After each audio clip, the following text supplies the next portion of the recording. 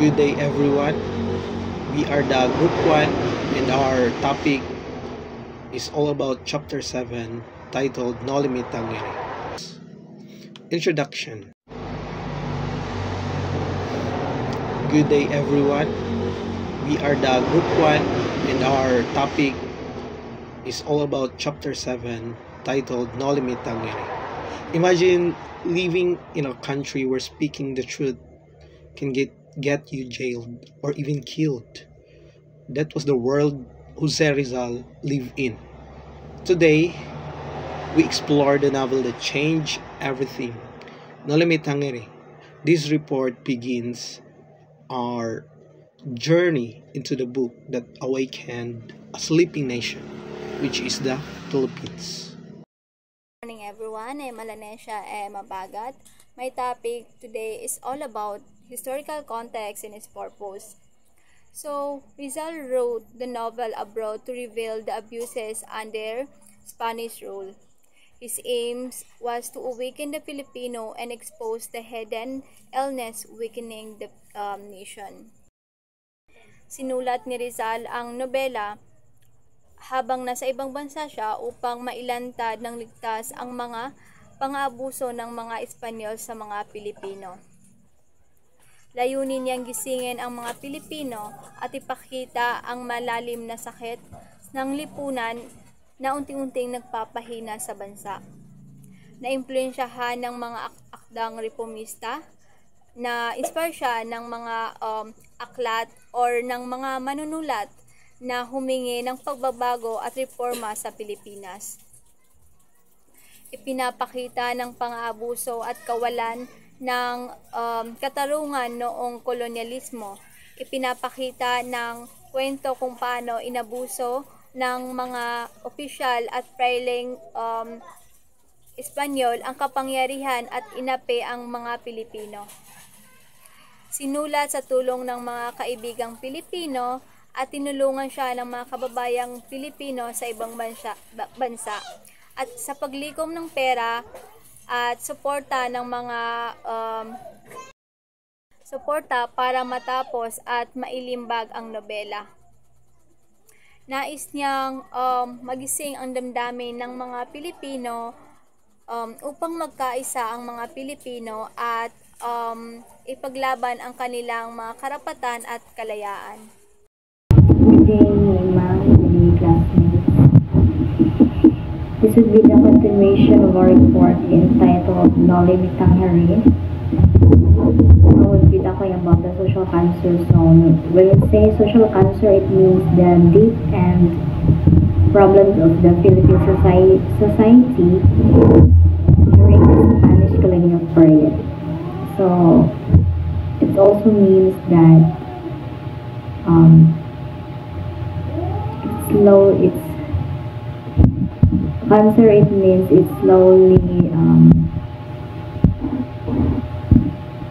destroying the society or our body.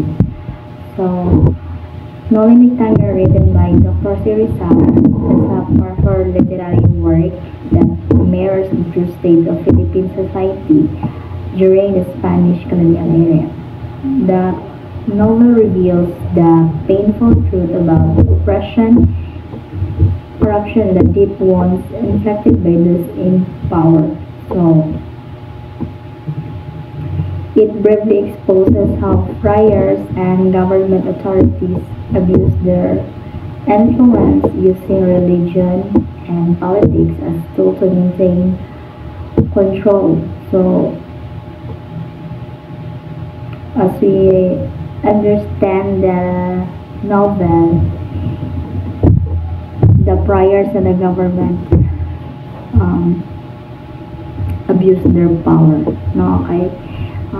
So naman judis na power ang simbahan, power ang simbahan towards people. So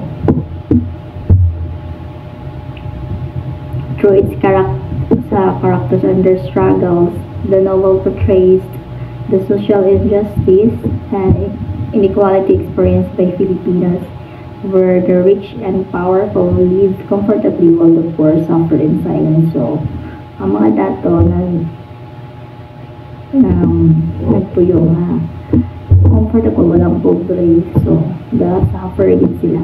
Especially itong mga pure nga Pinoy or Peninsularis. So, it also highlighted the hypocrisy of the elite who claim to be virtuous and religious, yet display selfishness and cruelty, no? So, isa na siya sa mga reason nga no gidibatihan siya sa kaning Republic Act nga 1425, which is kaning Rizal. Kay makita na to diri sa novel o ang mga pari na naas sila abuse sa ilang power. So the church, which is supposed to guide people spiritually, became a source of fear. So fear, kamahadlok ang mga tao, manipulation, and injustice. Despite the novel, so ang kanyang novel nag-inspire to calling for peaceful and reform, encouraging Filipinos to open their eyes.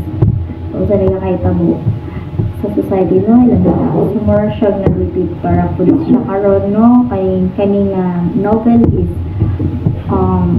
pwede siya ma-apply karon sa itong situation tungod sa talamak ang corruption karon ito sa ito karon. So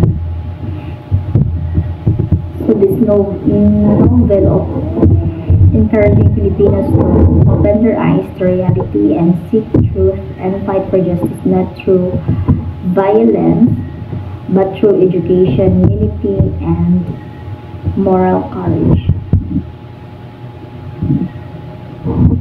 So, that would be my report. Major characters and their symbolism in the novel of Noli Me Tangere. Noli Me Tangere intends to depict the real conditions of the Filipino life under the Spanish rule.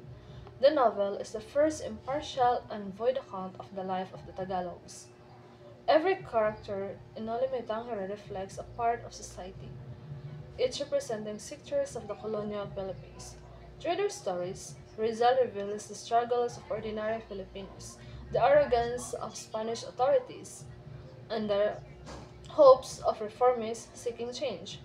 The characters serve as symbolic figures, mirroring real conditions in the country. First character is Ibarra, symbolizes educated Filipino reformists. Ibarra is the one who wants to bring change and reform. Maria Clara represents purity and oppressed Filipino women. Padre Damaso embodies friar abuses, embodies a corrupt and abusive Spanish clergy. He is like the face of oppression.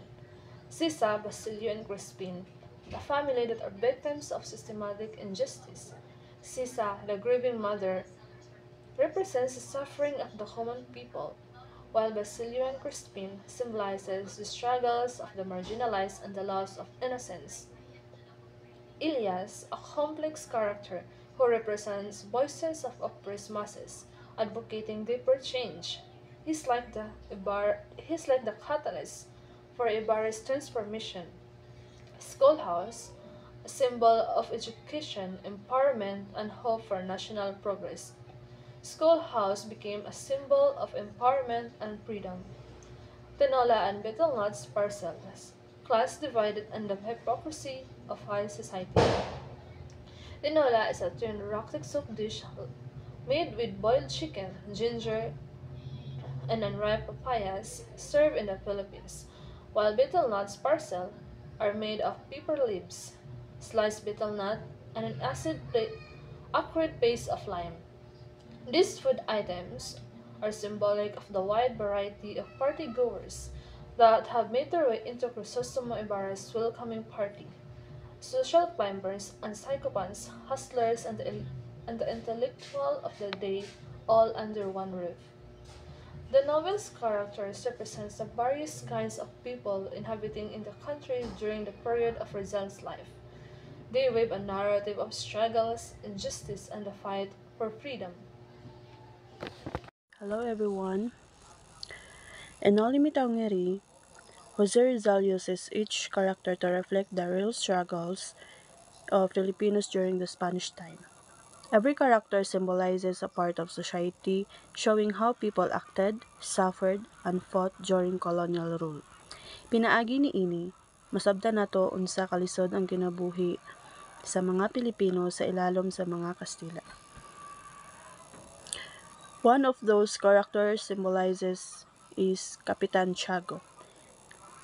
He symbolized wealthy Filipinos nga andam mo submit sa Spaniards para lang mapadayon ang ilang power o social status. He represents those who preferred comfort over justice. Crisostomo Ibarra stands for the educated and hopeful Filipino youth. Katong gusto mo hatag og mayong kabag-uhan, pinaagi sa edukasyon ug peaceful reforms. Father Damaso represents the abusive and hypocritical friars nga nagamit sa relihiyon para ilang personal nga gahom. His character shows how corruption inside the church greatly affected the people. On the other hand, Pilosopo Tasio symbolizes wisdom and progressive ideas. Ang tipo sa tawo nga bright o visionaryo. Pero kasagaran dili sabton sa katilimban tungod kay laban sa old nga traditions. Doña Victorina represents Filipinos with colonial mentality. Mga tawo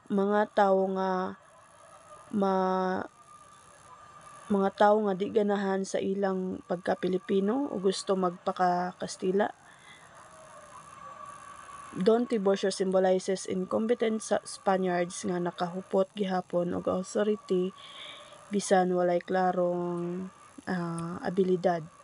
And Padre Salvi portrays hidden wickedness and manipulation, showing nga dili tanan pare limpyo ug tinuod sa ilang serbisyo. And the schoolmaster of San Diego represents the weak and outdated education system during that time. Rizal uses him to show nga ang mga bata ug kabatan-unan kulang sa tinuod nga edukasyon tungod kay kontrolado sa mga pari. Lastly, Don Rafael Ibarra symbolizes good-hearted and principled Filipinos. Katong nangabuso ug na-narget sa mga corrupt authorities tungod kay dili sila musunod sa mali nga sistema. Through all these characters, Rizal paints a clear picture of the injustices and challenges faced by the Filipinos. He reveals how power, corruption, colonial mentality, and ignorance affected society. Most importantly, he encourages the Filipino people nga mobangon, muhigugma sa nasod ug manindog para sa tinuod nga kalayaan ug hustisya. And that's all for my report. Thank you. So, good morning once again. So, we are done with the topic major characteristics and symbolism about Noli Me Tangere. So, let's proceed to the topic, the plot overview. The story follows Ibarra, hopeful return to home, only face the country's harsh realities. Strategy, injustice, and betrayal shape the novel's event. So, the story made Crisostomo Ibarra return to home to make some sums nga dapat niya is manon. So, in this topic, we tackle about Ibarra returns from Europe. Next, plans to build a school. Posed by friars. And then, Maria Clara tragic fate. Next, Sisa's suffering. And the next, Elias warns Ibarra. And last topic is end with lost unresolved reform. So Yung next is Ibarra returns from Europe. So the story begins when Crisostomo Ibarra returns to the Philippines after studying in Europe. So diri sa story is makita nimo siya nga si Crisostomo Ibarra is came back to Philippines nga with pride, with dreams nga dako kay siya pangandoy para sa ihang kababata or isa kasakop niya. So after siya nang study sa Europe, so ni balik siya here in Philippines para to nagplano siya nga mag-build o school para sa kuan, para mahatagan niya saktong education ang mga bata ug makahatag siya og better future. So next is ang plano ni Ibarra is kato na lagi magpatukod siya og eskwelahan to make a better future sa mga children nga nasa iyang sakop. But unfortunately, the plan of Crisostomo Ibarra is wala siya nauyunan sa mga pari, kay lagi ang pari is sila ang usa ka ehemplo nga dapat sila ang naay rights nga masunod to build that kind of plan. But kay lagi ang mga pari is dili sila gusto nga mahimong that time dili sila gusto nga mahimong mabasto sila tungod kay in the end of that plan, a better future sa children is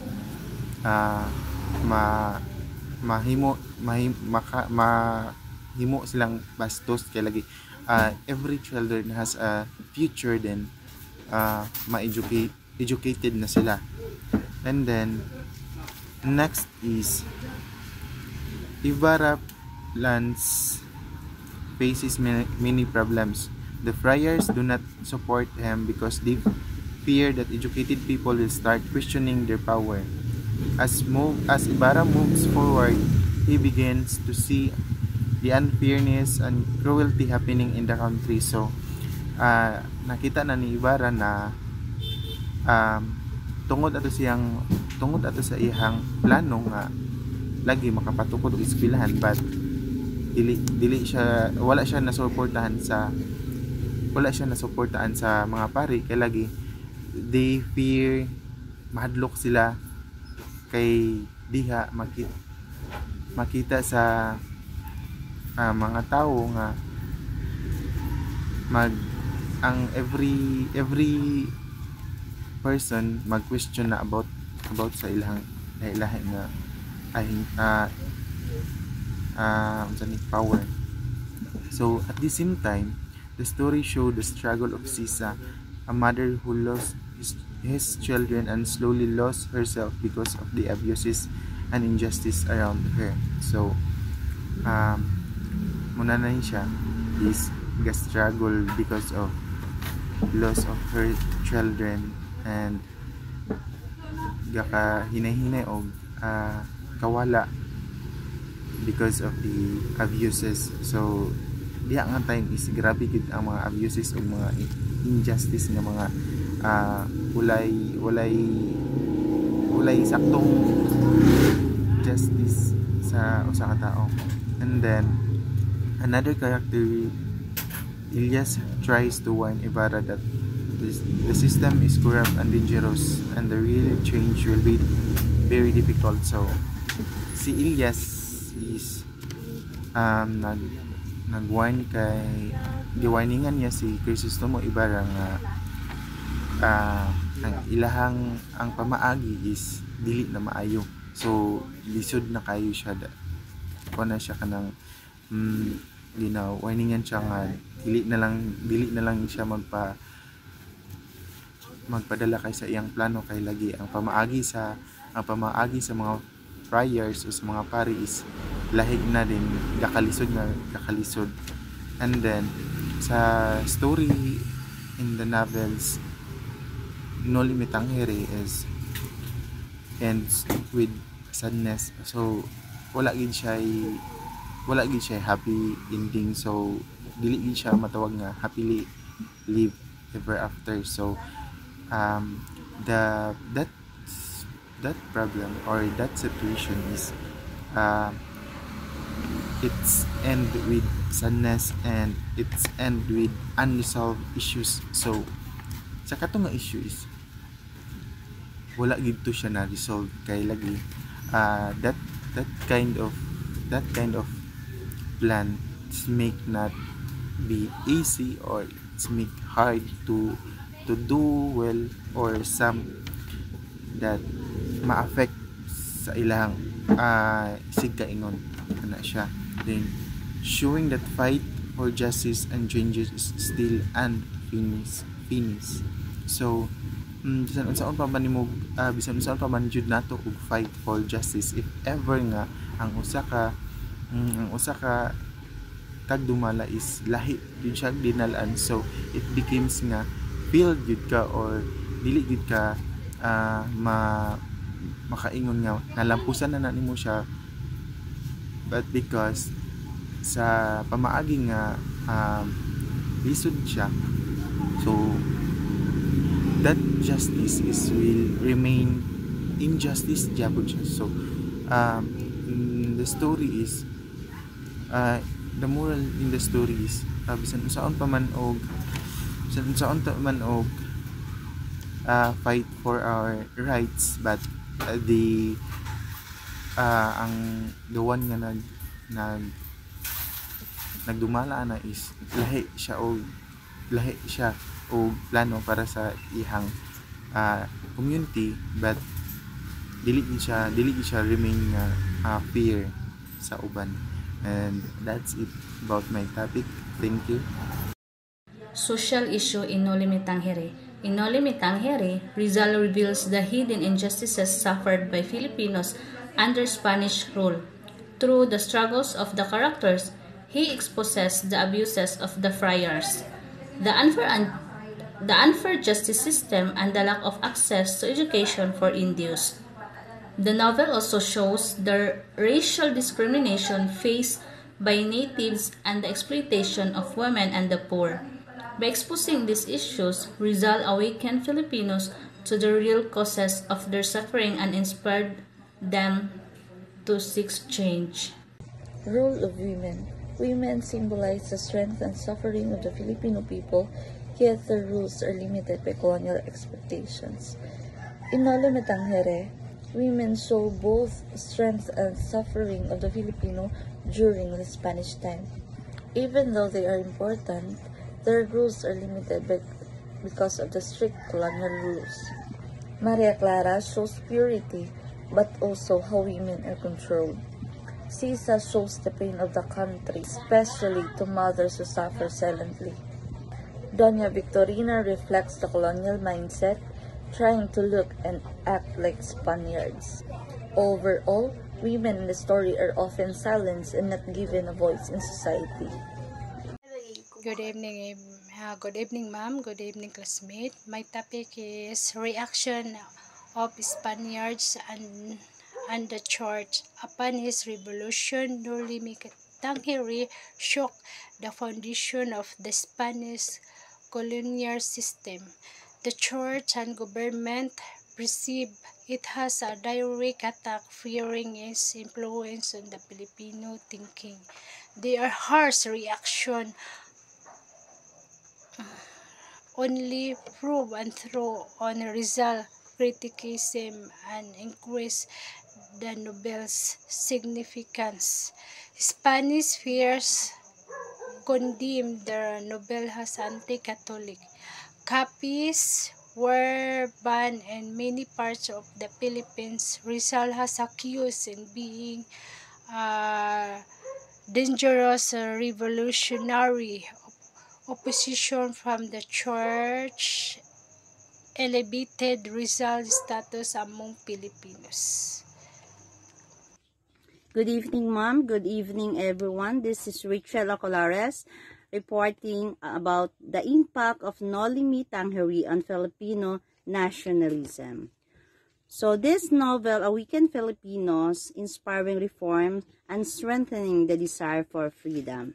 So these slides explains how a novel, most likely Nolimi Tangere and El Filibusterismo by Jose Rizal, helped build Filipino nationalism, meaning love for the country and the desire for freedom from Spanish rule. First, the race national consciousness. So the novel opened the eyes of Filipinos to the truth about Spanish abuses. So it made people more aware of the rights and their identity as Filipinos. Then inspire Ilustrados and reformists.